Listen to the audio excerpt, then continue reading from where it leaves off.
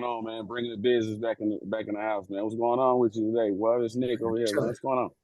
chilling, man, chilling, man. Hey, man, we got a beautiful day out here in the city of Chicago, man. We in the 70s almost. You know what I'm saying? Yes, sir. In February, so man, I can't complain about nothing. What's the Yeah, I word? see you wearing your new little plaid joint, man. You know what Oh I'm yeah, saying? yeah, yeah. No, it ain't new, but I want to get it in for this weather change on me. I have to put it up for the season. What's the word, dude? Well, man, shit, man. You see about that little Cam Newton shit? What's the thing about that shit, man? So from what I understand, so basically Cam Newton was running a camp, right? He was running a football camp or where they had a Nah. football. Well, okay, go ahead. So me and my son do the 707 circuit stuff. You know what I'm saying? Like it's kind of like what you want to call it, spring ball or whatever you want to call it, right? So it's 707 for like high school kids, but it's not just high school though. You know, it ranges all the way from like 8 to 10 years old, all the way up to like 17, you know. And, you go to various states and you compete against, everybody in from state to state. So Cam has his own team. Right. So that's where this happened. I think it happened in Atlanta, if I'm not mistaken. I want to say it was Atlanta, but I could be wrong the actual location. But so it's a 707 tournament. That's where he was. So the kids that actually did this, first we're gonna go into why, but who Wasn't were kids. Wasn't kids either. so those were what teenagers or Those are the so adults. were they participants in the camp in the 707? So let me give you. So I just read about it last night. Me and you kind of texted about it. So I read up on it. So here's what happened. Cam started his own 707 team years ago, but he started it with a couple guys that he knew. So throughout the years, those two guys branched off and started their own team. Okay. So during this whole situation, so year after year, they would constantly kind of like go back and forth. But it's common in the 707 circuit that, teams go back and forth. They talk crazy, you know what I'm saying? Talk shit to each other, get out there, compete, be kind of chippy, you know what I'm saying? And then whoever win, I've been a part of, not me personally, but I've been a part of like seeing fights at the 707 tournaments and stuff between teams. One of the teams that I'm affiliated with got in a fight with some other team, before. So I mean, it happens. Now, in this particular situation, they say Cam was talking shit to them like the whole tournament. You know what I'm saying shit to them. You know what I'm saying the whole tournament, kind of like demeaning them as like not just as a team, but as men. You know what I'm saying stuff to them, and the altercation that happened. So what we seen was they had the team had beat Cam team on Saturday. So how the tournament go is you get pool play. On Saturday you play 3 games against 3 to 4 games against 3 to 4 different teams. Okay. So it just so happened that Cam team and this other team played each other on Saturday. Now I think it's called I want to say the team name is that beat Cam team is called TSP. Right. The Cam team was called the Cam Newton team, whatever, C1N is, So anyway, they beat them on Saturday. So they had to play again I don't think they played again on Sunday. But anyway, so the other team was playing. Cam was up on a little thing and he was talking shit to them the whole time. You know what I'm saying shit to them. I made you, you know what I'm saying, you would be shit without me, you know what I'm saying? The plays that you running, you got for me, and all this shit, you know what I'm saying? So one of the brothers, I think both of my brothers, the one who TSP team, one of the brothers walked up there to say something to Cam, so to speak, say something to Cam. Now, I'm just getting it from, what was said in this article. He walked up to say something to Cam. Cam grabbed him. Then the other brother came up there. He saw his brother getting grabbed, and that's what you saw, them tussling. Because these all grown men fighting. These are not kids. Okay. Okay, so that changes a lot of what I think and feel about it then. So I want to shift the question to something else then. So as a competitor, right? Like Yeah. we've both been in a competitive setting when it comes to sports, right? Whether Right. playing, we've also been on that side when it comes to coaching, and we've been on that side when it comes to being parents and Right. watching it, right? So when do you agree with it becoming a physical situation opposed to just being? Because man, man, the way we come up in the ghetto, man, and in the hood, man, like you talk shit, right? Right. When you playing sports, you talk shit, especially um, like we grew up playing block against block and things of that Yeah. nature. So Right. you talk shit, you know what I'm saying, with each other. Hell, you even talk shit with your homies when y'all amongst each other playing, right? Right. Right. So what has to be said, or like how far does the shit talking have to get for it to become a physical situation? I mean, men are prideful. So you say anything against a man's like pride and like manhood, and you calling them out as a man, opposed to it just being like about the sport, then yeah, it may come to that. Me personally, I'm not gonna put my hands on you physically unless you touch me. That's just me though. You know what I'm saying? But I know for other men, you can only take so much if somebody really calling at your manhood. You know what I'm saying? Really calling you out. Now it's one thing to say y'all team ain't shit or whatever like that, or we beating y'all or whatever like that. It's one thing for that because that's just competitive spirit. But once you start calling somebody out and you kind of lessening their manhood, then yeah, I mean, it more than likely with most people, it's probably gonna go down. And I think that's what happened. I think it wasn't so much about, you know, the team stuff. You saying you ain't shit without me. So you trying to say like I ain't no man or something, you know what I'm saying? I ain't, I couldn't do nothing without you type shit. Like now you calling me out, not just because of like football, but you calling me out, period. Yeah. So and my view on this is this. I answer the question, but I want to say something about as much as Cam trying to say like I'm this evolved person and I'm this, that, and third, bro. He egg a lot of shit on, bro. Mm-hmm. I've been there. I've been there where he's egg shit on. You know what I'm saying? He talk a lot of shit. You know what I'm saying? And I think one thing about Cam, I try to respect him. You know what I'm saying? Because he come off as a respectful guy, but he does try to talk like he's like everybody's beneath him because of the heights that he's had in the NFL, the money that he have. I think he does try to talk to people like that. And as a man, bro, you're not gonna talk to me like I don't give a fuck if you a millionaire or not. We all men, bro. You know what I'm saying? So I think that has to do with it. I think in a way, Cam act like a bitch I mean, in a lot hey, of ways. Like you say, being egg and stuff on stuff. I agree with that part. Uh, and I think in a lot of ways, even when he was playing, I think Cam was kind of like a crybaby.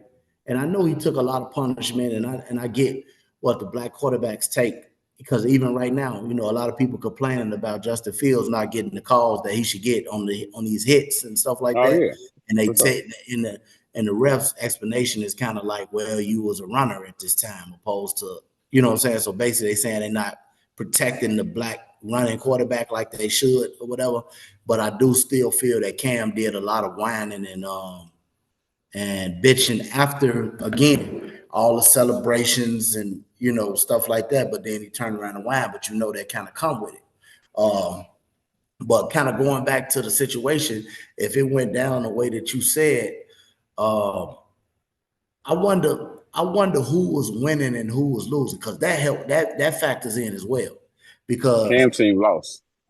and so if Cam team loses, right?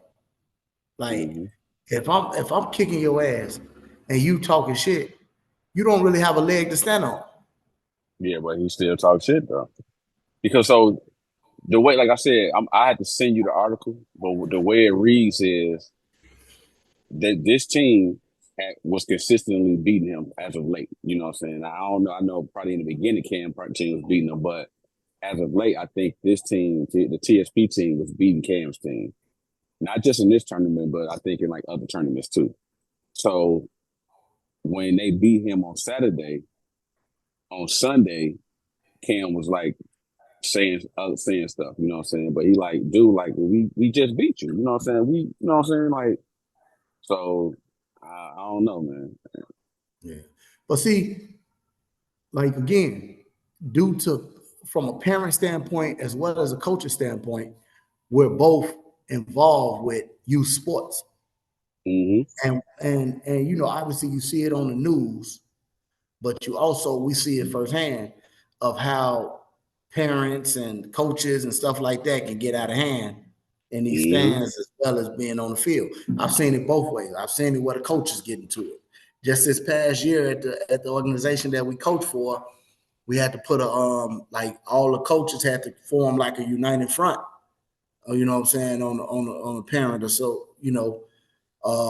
due to him, trying to act a fool and send it up, and Yeah. even to the point where he threatened to come back and shoot this motherfucker up, and it ended up with him being arrested.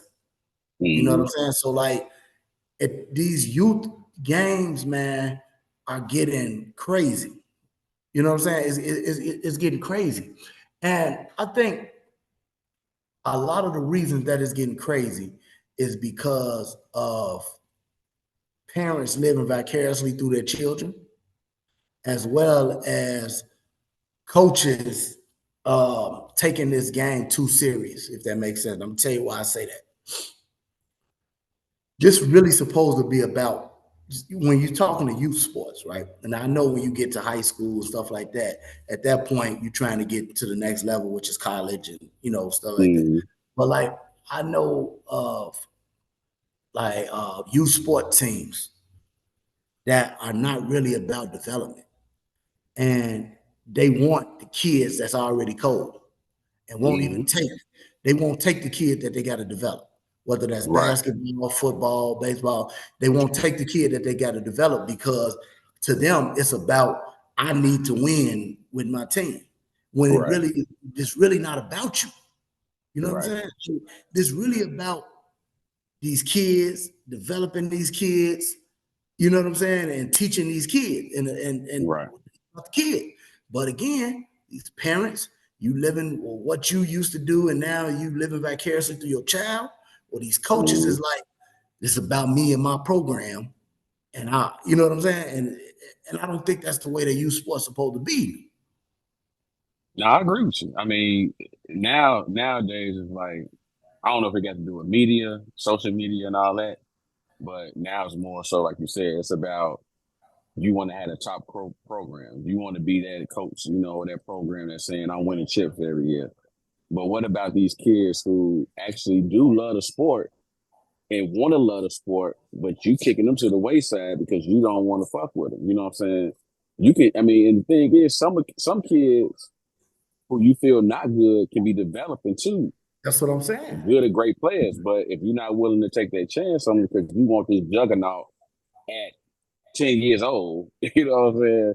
Like, I mean, what is that about? But I agree with you though. So my point is what I'm about to say is I agree with what you're saying when it comes to it's the parents, it's the coaches, you know what I'm saying, that why the environment is where it is with this whole youth, program stuff is because they're putting too much stock into it. It's not about what you think it's about. It's really about developing these kids and having them have a love for the sport and teaching them a sport that's going to uh, benefit them through life lessons that they can take with them, you know what I'm saying, and apply that through anything they do in life.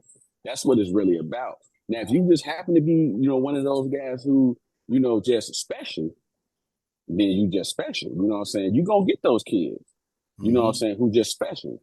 But it's really not about that because you're going to get those kids, but you're going to get those kids who just love the sport and it's going to teach them valuable lessons that just throughout to help them throughout their life. That's what And it's really about. that show if you really a dope coach or not. Yeah, You know what I'm saying? That shows yeah, if you really a dope coach. If you could take these kids that you have to develop and you turn mm-hmm. them into not only great football players, but great people and great men or great people, because not just the sport of football, but just period. If you take this person and you make them a great person, and you teach them character, you teach them hard work, discipline, and all, you've done your job as a coach, bro. It ain't just about the X's and O's, but that's what it is for most of them.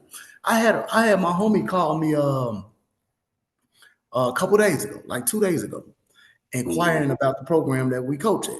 You know what I'm saying? Yeah. And I say, yeah, his son is like 10 or 11, something, 11, I think. Okay. Man, I want to, I was thinking about bringing him over there to you or whatever like that. He say, because he came to me the other day and he told me, Dad, I want to keep playing football. Last year was his first year playing. I want to keep playing, but I don't want to play where we just played it. You know what I'm saying? Okay. And so my boy broke it down to me. Why? He say, because, it's a hell of a program. You know what I'm saying? But it's one of them situations where I said they want the best kids. You know what I'm saying? They told him in the beginning that each kid was guaranteed 6 to 8 plays a game. That's like they rule. Like every kid, whether you sorry or whatever, you guarantee. I think he say 6 to 8. He say, man, it got so much about winning, they weren't even giving them the 6 to 8 plays. You know what I'm saying? Because it's if you ain't one of them, you ain't. And so he said it's kind of like breaking his kid's spirit before he can even develop it. You know what I'm saying? Like, right. Don't break that kid. Yeah. So. I feel. I mean, so with that being said, for me, I'm gonna say that whole situation that we started out talking about is Cam's fault. Since the way you explained it and stuff like that, I totally agree with you. Yeah, it's Cam's fault, and the reason why I say it's Cam's fault is because even though like these other coaches are good coaches of their 707 program, as Cam Newton, a person who is, if I'm not mistaken, is he a Heisman Trophy winner? Yes. But then I think they stripped it though, didn't they? But he won. But he won a Heisman, and he won an MVP in the league. Right. So as a Heisman Trophy winner, I'm not going to take nothing away from you. You won it. Right. As a Heisman Trophy winner, as an MVP in the highest level of football, to be making all these millions. You got podcasts, you got all this stuff, talking about evolving him and Brandon Marshall, evolving as human beings, mental health and all this stuff. For you to go out there and display that, not because you're talking to adults, but you are displaying that to all of the kids that see you, your team, other teams, you know what I'm saying? That's not good for you as a coach, as a black man, you know what I'm saying, as somebody who has reached the highest of heights in your sport. It's his fault. Yeah. Because you have to have, the maturity to understand, like, it's one thing about competing, you know what I'm saying, about, going back and forth in a competing fashion. But it's another thing when you take it to another height, you know what I'm saying? Like when you antagonize somebody, like doing, I mean, and I'm only going by what I read. Now he may get on the air and coming up in a couple of days and say something totally different. You know what I'm saying? But I'm because I've seen it myself, I'm inclined to believe these guys. And see, let me tell you something. One of the things that I hate to see, right? Because I think, and I'm gonna tell you when you see it. That's how you know it's some punk shit. So if it happened the way you said it, right? And he was talking, you know what I'm saying, because he was losing and stuff like that. So then he pulled the card he pulled or whatever, right? If that's the way that went, that's some punk shit. And I'm gonna tell you other cases where you've seen it. When LeBron lost in the finals or some shit like that, and they got on his heels, and he like, you can go back to y'all can go back to y'all miserable lives. You know what I'm saying? Like, you remember that? Y'all can go back to y'all miserable lives. Y'all ain't like me. You know what I'm saying? I live a great life. I'm this, that. That's some sore loser punk shit, though. Like, don't you know what I'm saying? Like, don't sit there and get in your feelings and then throw in people's face, you know what I'm saying? What Yeah, what that you you have or yeah, what you've achieved or whatever like that because you're salty about being in a losing situation. right. That's I'm gonna say that's some punk ass shit, man. Yeah, for You know, sure. them For guys, sure. them guys who up there, man, when they do that, man, that I've never liked that. So if that's the case here, and that's kind of what Cam did, he's 100% wrong and bogus. Yeah. I mean, like you said though, bro, it's one thing for like I don't like to lose either. I don't know too many people who play sports that like to lose. But it's one thing to lose and lose gracefully, you know what I'm saying, and understand like, man, I don't like this shit. But man, you calling out people and shit, like, come on, bro. Nah, like you said, that's some bitch ass nigga shit. You know what I'm saying? Right. You can't Yeah. do no shit like that, bro. You know what I'm saying? And like that's why I say it's Cam's fault. You know, if everything went down how it said, and like I said, I believe it did. Now, could I be wrong? I could be. You know what I'm saying? Bring the business. We could be wrong. I don't think we are though. I don't think so. I think what happened is how it happened, and you know, motherfuckers tried to lay hands on his ass. I mean, I should have ever got to that point. Probably should have never got to that point, but it's cooler head should have prevailed. But I mean, hey, shit happened.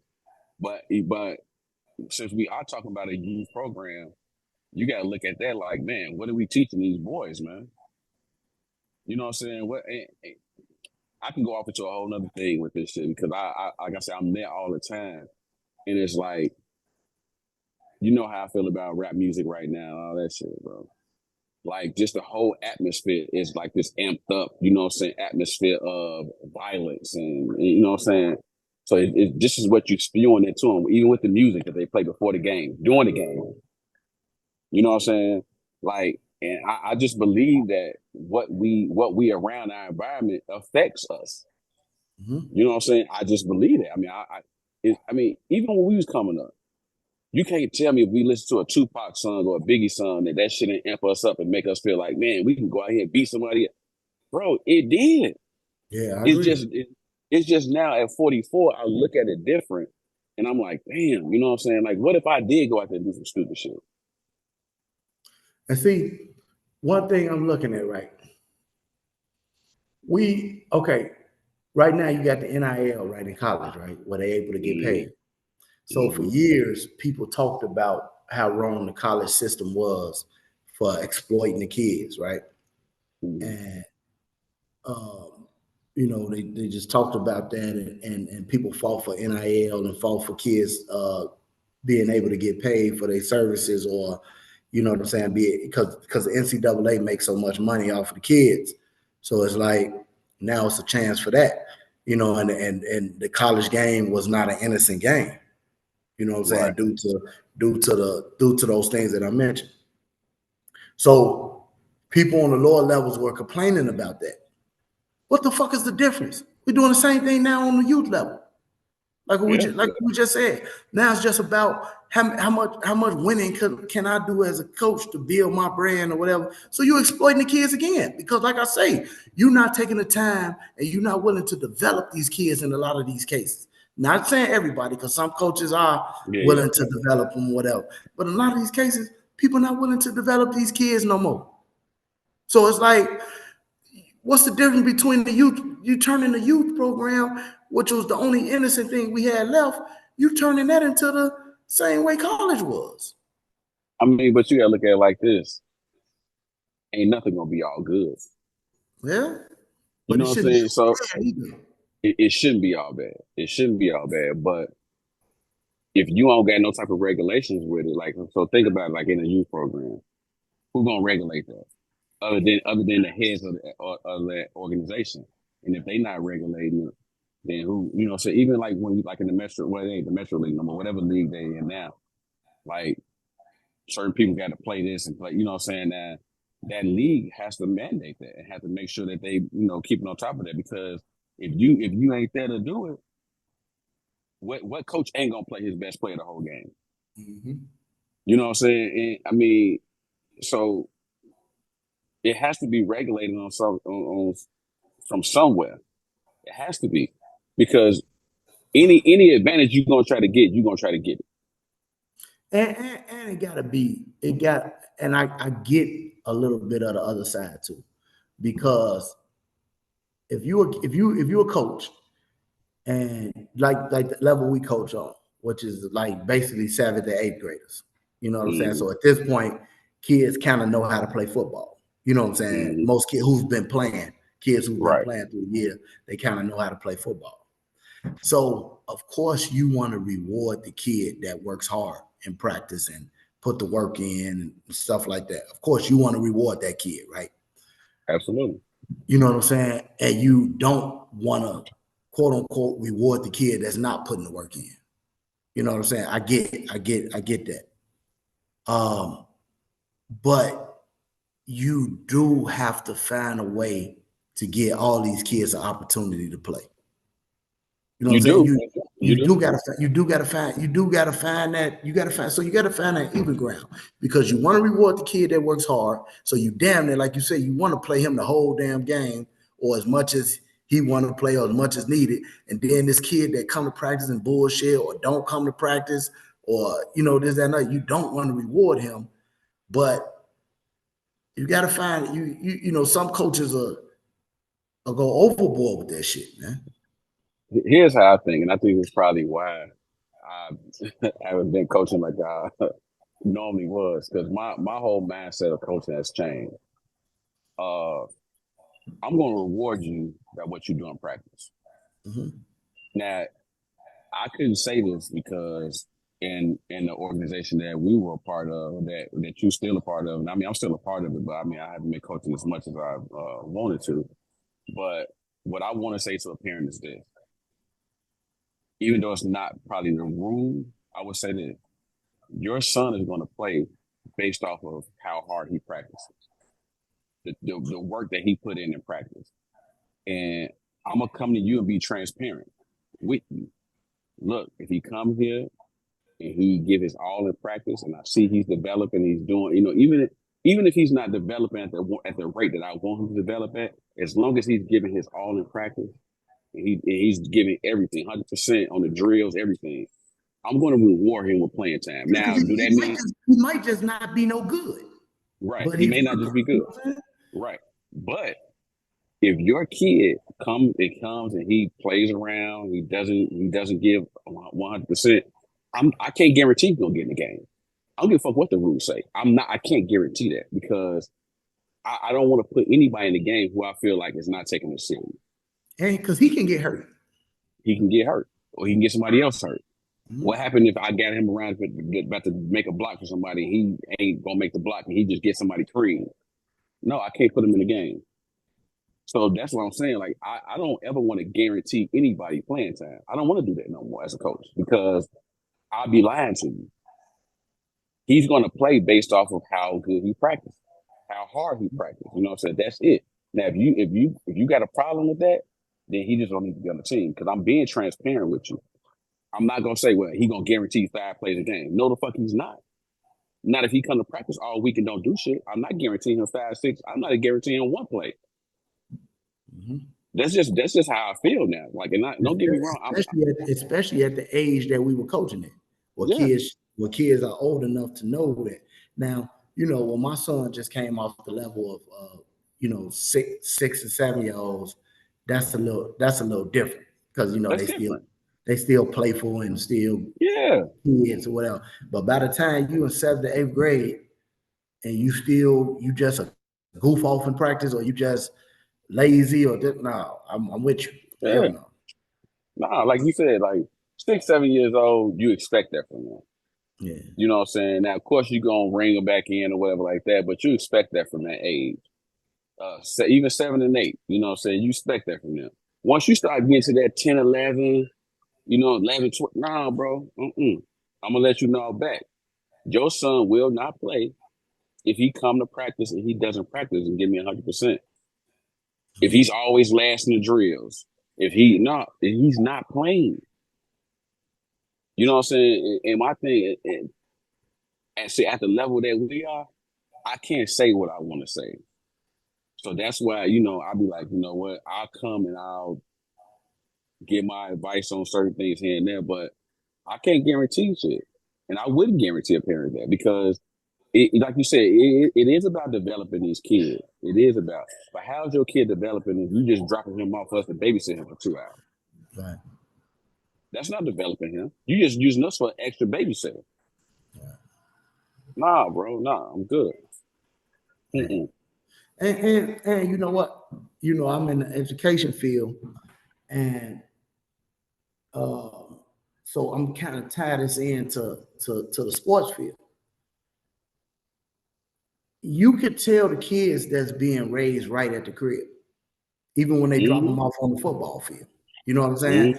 Like, and I know football, you're supposed to teach discipline and all this, that, and other, but you should drop off a kid you should be dropping off a respectful kid, you know what I'm saying, a decent kid to me.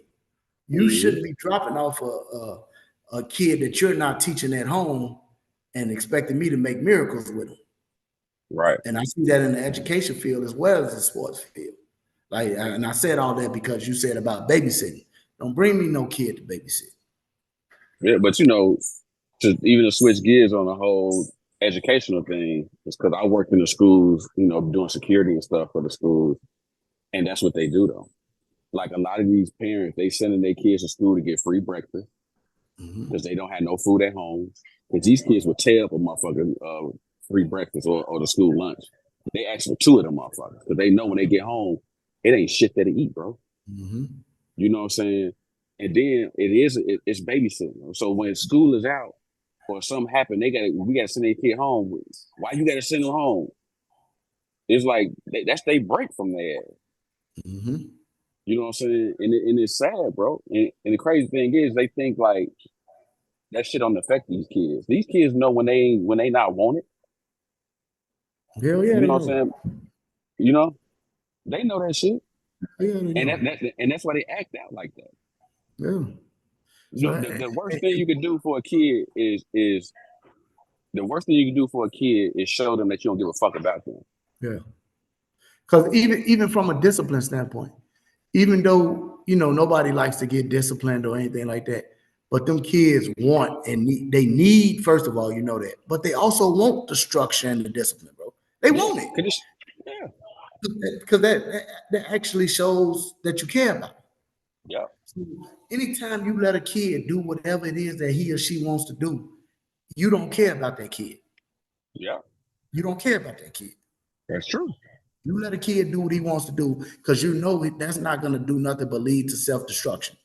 So if you allow a kid to self-destruct himself, him or herself, you don't care about that kid, bro.